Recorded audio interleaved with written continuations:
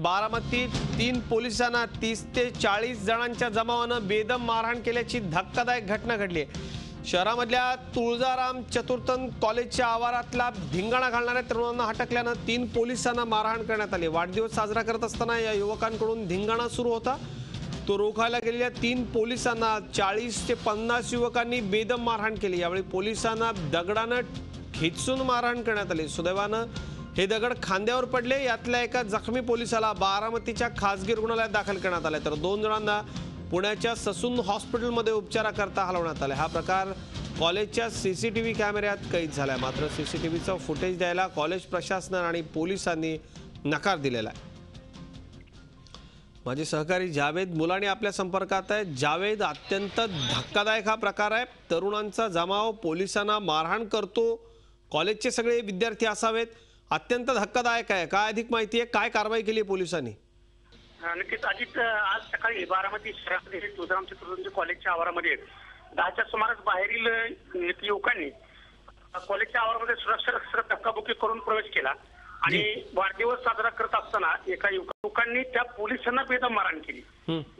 यावेळी पोलिसांना त्यावेळी खूप म्हणजे त्याच्यामध्ये धक्काबुक्कीचा प्रकार चालू झाला आणि पोलिसांना मारहाण त्या युवकांनी करून ते तेथून पसार झाले।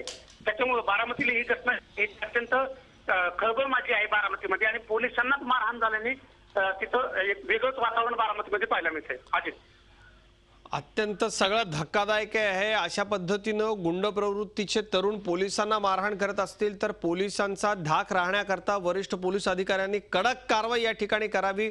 बारामती या ज्या लोकांचा या सगळ्या घटनेशी संबंध आहे त्यांच्यावरती कडक कारवाई करावी आणि कॉलेजच्या आवारामध्ये हे सगळे लोक का शिरले, का तिथं त्यांची दादागिरी होती का, दहशत होती का, यात शंकाच नाही, कारण त्यांनी पोलिसांना थेट मारहाण केलेली। अत्यंत गंभीर आहे हे सगळं। धन्यवाद जावेद। प्राचार्य आणि अधीक्षक यांची प्रतिक्रिया या सगळ्या घटनेनंतरची काय आहे ती आपण पाहूया। जेव्हा ते आत शिरले तेव्हा त्यांनी महाविद्यालयाचे जे सुरक्षा कर्मचारी होते त्यांनाही धक्काबुक्की केली। स्वाभाविकपणे परिसरामध्ये पोलीस आले, परंतु त्या जमावानं पोलिसांच्या वरती देखील हल्ला केला।